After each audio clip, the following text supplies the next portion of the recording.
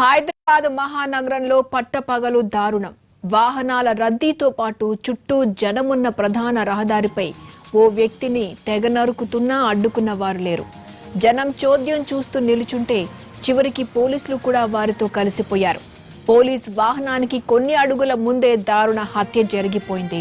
హత్య జరిగేదాకా కాసేపు ఆగిన పోలీస్ వాహనం తర్వాత అక్కడి నుంచి వెళ్లిపోయింది. హత్యకు పాల్పడిన వ్యక్తి తర్వాత గొడ్డలిని అక్కడ పడేస్తే అతనితో పాటున్న మరో వ్యక్తి ఆ గొడ్డల్ని చేతిలోకి తీసుకున్నాడు. అందరి ముందే గొడ్డలితో యువకుడిని కిరాతకంగా నరికేసిన వ్యక్తి రక్తమంటున్న చొక్కాని విప్పి తర్వాత తన అనుచరులతో అక్కడి నుంచి తాపీగా వెళ్లిపోయి పోలీస్ స్టేషన్లో లొంగిపోయాడు. ఇక యువకుడిపై దాడి జరుగుతున్న సమయంలో ఓ వ్యక్తి ఆ దారుణాన్ని నిలువరించేందుకు నిందితుడిని కాలితో తన్నాడే తప్ప అక్కడే ఉన్న ట్రాఫిక్ కానిస్టేబుల్ కనీసం ఆపే సాహసం చేయలేకపోయాడు. జనారణ్యంలో కత్తులతో తెగబడ్డా చేష్టలుడిగి చూడడమే తప్ప ఎవరు అడ్డుకోరెందుకని అత్తాపూర్ హత్యే ప్రత్యక్ష నిదర్శనంగా కనిపిస్తోంది.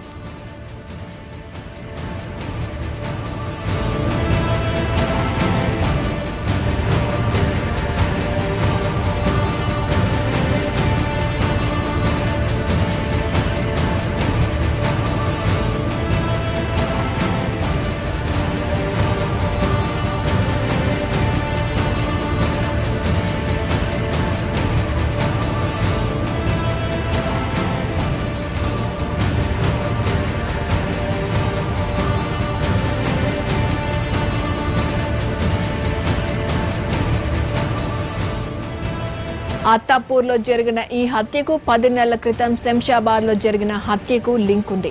అప్పట్లో మహేష్ గౌడ్ అతని స్నేహితులతో కలిసి రమేష్ మైసిగండికి వెళ్లారు.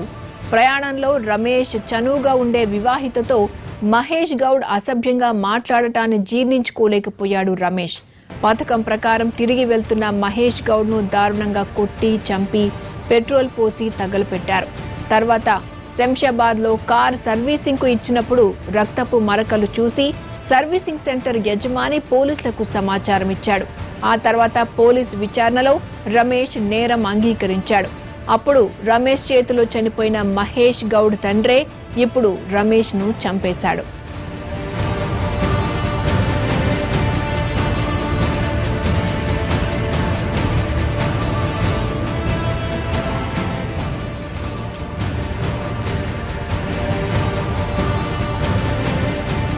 రమేష్ ను చంపిన మహేష్ గౌడ్ తండ్రి పోలీసుల అదుపులో ఉన్నాడు.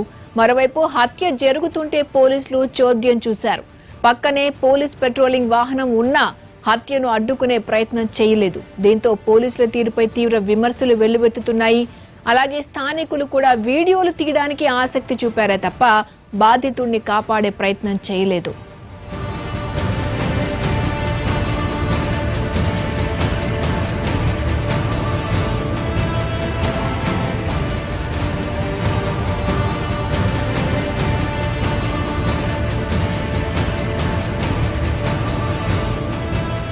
హైదరాబాద్ అత్తాపూర్ హత్యకు సంబంధించి పూర్తి సమాచారాన్ని మా ప్రతినిధి రాధాకృష్ణ అందిస్తారు.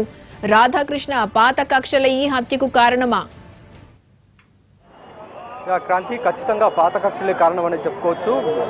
2017 డిసెంబర్ 21న రంగారెడ్డి జిల్లా మదనపల్లిలో ఒక హత్య జరిగింది. అక్కడ పెట్రోల్ బంకులో ఒక యువకుడిని పెట్రోల్ పోసి మరీ దారుణంగా హత్య చేశారు. ఆ తర్వాత ఆ కారులో డెడ్ బాడీని తీసుకొని రావడం జరిగింది.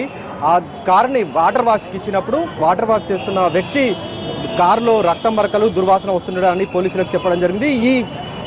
ఈ కేసులో ఒక్కసారిగా మలుపు తిరగడం జరిగింది. అప్పుడు ఆ రక్తం మరకలు కారు నెంబర్ ఆధారంగా ఇప్పుడు హత్యకు గురైన రమేష్ని అరెస్టు చేయడం జరిగింది. ఆ తర్వాత రమేష్ బెయిల్పై విడుదలయ్యాడు. ఆ హత్యకు ప్రధాన కారణం వివాహేతర సంబంధమే కారణం అనేది పోలీసుల దర్యాప్తులో తేలడం జరిగింది. ఆ తర్వాత 11 నెలలు దాటిపోయింది. బెయిల్పై బయటికి వచ్చిన రమేష్ని గతంలో హత్యకు గురైన మహేష్ తండ్రి కిషన్ గౌడ్ దారుణంగా హత్య చేశాడు. ఇవాళ పట్టపగలే మనం చూస్తున్న ఈ ప్రాంతంలోనే హత్య చేశారు. హత్య జరుగుతున్న సమయంలో ఒక రక్షక్ వెహికల్ కూడా ఉంది, ఒక ట్రాఫిక్ కానిస్టేబుల్ కూడా ఉన్నాడు. కానీ ఎవరు కాపాడే ప్రయత్నం కూడా చేయలేకపోయారు. ఇక్కడ ఉన్న స్థానిక ప్రజలందరూ కూడా వీడియోలు తీస్తున్నారు తప్ప ఎవరు కూడా ఆ హత్య జరుగుతున్న సందర్భంలో కాపాడే ప్రయత్నం కూడా చేయలేకపోయారు. ఈ క్రమంలోనే సుమారు 10 నుంచి 12 పాటుగా అతన్ని గొడ్డలితోటి దారుణంగా హత్య చేయడం జరిగింది. అతను ట్రాఫిక్ కానిస్టేబుల్ ఎవరైతే లింగమూర్తి అని ఉన్నాడో అతను కాపాడే ప్రయత్నం చేశారు, కానీ అతను కూడా భయపడ్డాడు. ఎప్పుడైతే గొడ్డలితోటి నరకడానికి ప్రయత్నం చేస్తున్నారో ఆ క్రమంలో భయపడడం జరిగింది. అలాగే ఒక వ్యక్తి బ్లూ కలర్ డ్రెస్ వేసుకొని ఉన్నాడు. అతను కిషన్ గౌడ్ని గొడ్డలితోటి నరుకుతున్న సందర్భంలో పట్టుకునే ప్రయత్నం చేశాడు. అయినా కానీ అతని నుండి పెనుగులాటలో అతని నుండి తప్పించుకొని వచ్చి కింద పడిపోయిన రమేష్ గౌడ్ని కిషన్ గౌడ్ దారుణంగా హత్య చేయడం జరిగింది. సుమారు 10 గంటల ప్రాంతంలో ఈ సంఘటన జరిగింది. చాలా మంది వెహికల్స్ ఆ సమయంలో ఎక్కువగా ఐటీ కారిడార్కి సంబంధించిన ఉద్యోగులు ఇక్కడ నుండి వెళ్తుంటారు. అలాగే నగరంలోకి ఇటు మెహదీపట్నం వైపు వెళ్ళే కార్యాలయాల్లో పనిచేసే వాళ్ళు కూడా ఉంటారు. ఎవరు కూడా ఆ సమయంలో కాపాడే ప్రయత్నం చేయలేకపోయారు. అందరూ వీడియోలు తీస్తున్నారు, ఏ విధంగా హత్య చేస్తున్నారు అనేది చూస్తున్నారు. అలాగే రక్షక్ వెహికల్ కూడా ఇప్పుడు మనం చూస్తున్న ఆర్టీసీ బస్ ఎక్కడైతే ఆగిందో అదే ప్రాంతంలో ఆగింది. 2 అడుగుల దూరంలోనే అతను కింద పడేసి మరీ హత్య చేస్తున్నాడు. కానీ ఎవరు కూడా కాపాడే ప్రయత్నం చేయలేకపోయారు. రక్షక్ వెహికల్లో ఉన్న 3 పోలీస్ సిబ్బంది కూడా కిందికి దిగి కనీసం అతన్ని పట్టుకునే ప్రయత్నం చేయలేకపోయారు. అతను హత్య చేసిన తర్వాత సుమారు 5 నిమిషాల పాటు సంఘటనా స్థలంలోనే షెట్టు విప్పేందుకు ప్రయత్నం చేశాడు. అక్కడ నిలబడి హెచ్చరించే ప్రయత్నం చేస్తున్నాడు తప్ప ఎవరు కూడా అతన్ని పట్టుకోలేదు. పోలీసులు కూడా పట్టుకొని పరిస్థితి. కానీ చివరికి స్థానికులు మరికొంతమంది అక్కడ నిలబడ్డ వాళ్ళు అందరూ కలిసి వాళ్ళని పట్టుకొని పోలీసులకు అప్పగించారు.